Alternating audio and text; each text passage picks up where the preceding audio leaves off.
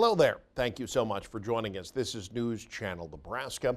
My name is Eric McKay. Let's take a look at our top headlines today.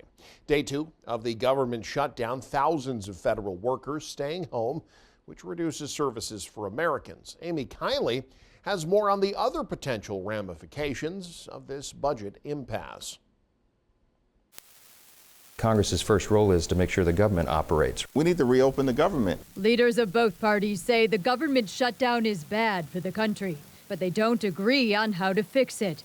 Democrats want a funding bill that reverses Medicaid cuts and extends expiring Obamacare subsidies. Well, what we're doing is fighting to protect the health care of the American people. Republicans want a fairly clean continuing resolution. The counter proposal would add $1.5 trillion in new spending on a 7-week stopgap measure. We're not doing that. Shuttering the government is starting to have an impact. The FBI Agents Association says, quote, a shutdown can undermine the FBI's ability to perform its duties at a time when the country faces an unprecedented range of national security and criminal threats. Meanwhile, the White House says it'll soon use the shutdown as a reason to lay off federal workers. The DOGE cuts, it's now this shutdown. I almost wonder, why would anybody want to be a federal worker? Sources say the White House also thinks a food program for women, infants, and children could run out of money by next week. A recent survey shows about a quarter of military families rely on WIC. Service members are among the federal workers no longer getting paid. Our military families need a solution to this. Amy Kiley reporting, News Channel Nebraska. Several members of Congress are taking steps to forego their pay during the shutdown, including one Nebraska representative. Representative Don Bacon formally requested his salary be held up until an agreement to fund the government is reached. Bacon made that request in a letter to the Chief Administrative Officer of the House of Representatives. His letter emphasized the importance of treating members of Congress the same as other federal employees impacted by the shutdown. Some 750,000 federal workers are being furloughed or are working without pay until Congress reaches a funding agreement. Now, congressional pay and Nebraska's District 2 have an interesting history. You might recall during the 2013 government shutdown, then District 2 Representative Lee Terry told the Omaha World Herald he would not be foregoing his paycheck because he said he needed to pay for his, quote, nice house and a kid in college, end quote. Terry apologized for his remarks 3 days after they made a splash nationally, but the damage was done. He lost that seat in the 2014 election to Don Bacon's predecessor, former state senator Brad Ashford. Well, county sheriffs, no strangers to courtrooms, but they usually aren't headed to court against the county in which they serve. But that's the case in Knox County, where Sheriff Don Henry has sued the Knox County Board of Supervisors. That's after the board's decision to fire the chief deputy and Sheriff Henry's brother, Dan Henry, along with 911 operator Heather Kenow during a meeting in August. At issue was a microphone that a special investigator said was used to listen into closed sessions without supervisors' knowledge. The sheriff's lawsuit argues the board violated Nebraska's Open Meetings Act by firing the two employees during a closed session. Sheriff Henry asking a Knox County District Court judge to have both Dan Henry and Kenow reinstated. A hearing date in the case has not been scheduled. Property tax reform expected to be the #1 issue when the Nebraska legislature gavels in the 2026 session in about 3 months. But lawmakers say another issue is likely to push its way to the forefront, addressing the state's child care shortage. Nebraska Treasurer Tom Breezy said in an interview with News Channel Nebraska that he expects the unicameral to discuss ways to bring more child care options to Nebraska and try to bolster a woefully short workforce. A report published in 2020 found that 34% of Nebraska parents with kids 5 and under turned down job offers because they couldn't find child care. The report estimates that's costing the state some $700 million in lost revenue. A tax credit initially introduced by Senator Elliott Bostar passed in 2023. It gives families up to $2,000 worth of credits per child.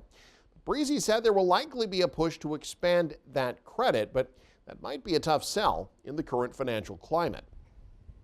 Those programs need additional funding. Again, in this environment, that's hard to do, but if and when dollars are available, we need to take a hard look and see if we can tweak those programs, add to the dollars available into those programs for the state to essentially subsidize the ability of these communities to add child care programs.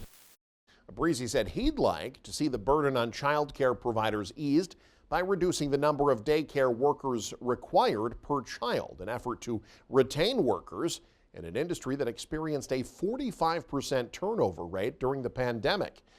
Breezy said it's a delicate balance, but said Nebraska's current requirements are too tough on daycare payrolls. With child care, oftentimes the math doesn't math. It just doesn't work out, and we need to do what we can to help make that work. And again, adjusting some of the ratios, adjusting some of the rules and regulations that do seem somewhat onerous and illogical in some situations. The state needs to do what they can to tweak some of those things and really facilitate the success of these facilities.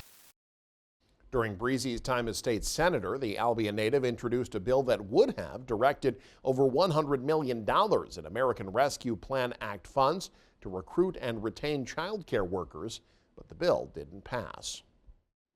The small town of Lindsay now has a new space for the community to enjoy a good book. Sarah McKenna has more. At this time last year, the kids at Lindsay Academy were learning in a shed. This year, they have a brand new building and now a new library. So here's the public library, and at some point we're going to have a historical archive of Lindsay as well. The library started with the basics, 300 to 500 books, and a dream of what it could be. Now, tucked away in the middle of the school, the library is available for the public to enjoy. I think it's just a space where community can come. Even if we have an event as a school, we try to get the community in here as much as possible. And I think Lindsay is such a tight-knit community already. So creating a building where everybody can come together just made sense. Along with the library, the school is currently finishing up the new gym and the wellness center, which will be opening up next week. The school only has 47 students, so the library brings them an opportunity to branch out beyond their small community. To me, it's an opportunity to learn, and I feel like a library anymore isn't just a place to archive books. It's a place for people to gather and be creative. While the library is not open to the public during school hours, it will be open from 4 to 6 p.m. Mondays and Wednesdays, as well as 9 to 11:30 a.m. every other Saturday. In Lindsay, Sarah McKenna, News Channel, Nebraska. During the college baseball offseason, a Central Nebraska summer ball team changing operations for next year, which includes a leadership and a league change. The Hastings Sodbusters will enter year number 9 next season, but leaving the Independence League and joining the newly formed Diamond Baseball League. The inaugural league will have 6 teams for their maiden season, including a club in Grand Island. The rest of the teams come from Missouri and Kansas. As for Sodbuster fans, no need to worry. The team will still be playing their home games at Duncan Field for the next 3 years, and the former owners and leadership staff staying with the team in alternate roles. Hastings will also still play its normal schedule from late May to late July of at least 50 games. You can find this article at our website, newschannelnebraska.com, to learn more about the new ownership group. And a ranch in northeast Nebraska helping those who need it by providing some positive vibes with the help from some animals. Tyler Murphy has more. A ranch in northeast Nebraska is helping veterans and anyone in need through the healing powers of horses and other farm animals. Dreamers Place Ranch in Wayne is open day and night, offering therapy by creating personal bonds with horses. Laura Nelson started Dreamers with her family in 2023 and says that creating a bond with a horse is a special connection that silences outside distractions. When you're with a horse, you don't have to worry about anybody telling anything or anybody anything else. They just kind of listen to you. And that peace that you get when you're around the animals is there is nothing else that we feel that is more relaxing than that. Much easier, right? Jack Mathis is a disabled veteran who was told he couldn't work anymore. I forgot to warn you, I'm sorry. He gives kisses, I'm sorry, I forgot to tell you. Now, he handles horses and works with those in need at Dreamers. Mathis found peace by creating meaningful connections and wants to help others do the same. And we came out, and the first thing Laura did was she put me in a stall with a horse and said, sit down. And I did, and that horse came over and buried her head in my chest, and I felt the anxiety go away. And I've been coming out here off and on for 2 years, and I know what this place has done for me, and I want to do that for other veterans as well. Let me walk him around again. Mathis has created close bonds with Gus, the miniature Scottish Highland cow, and a horse named Cheyenne, who shares the same name as his daughter. Mathis says he appreciates Dreamers Ranch and wants to continue to help improve people's lives just how he was helped. You get something good happens to you, pay it forward. And that's what I do every day with everybody that comes out here. With new people that come out, I talk to them, I give them a tour, and I tell them my story. The good, the bad, the ugly. I tell them all of it. And then I tell them about how it is now and being able to work with everybody. Dreamers Place Ranch is open 24/7 and has 20 different horses. And he likes hugs too.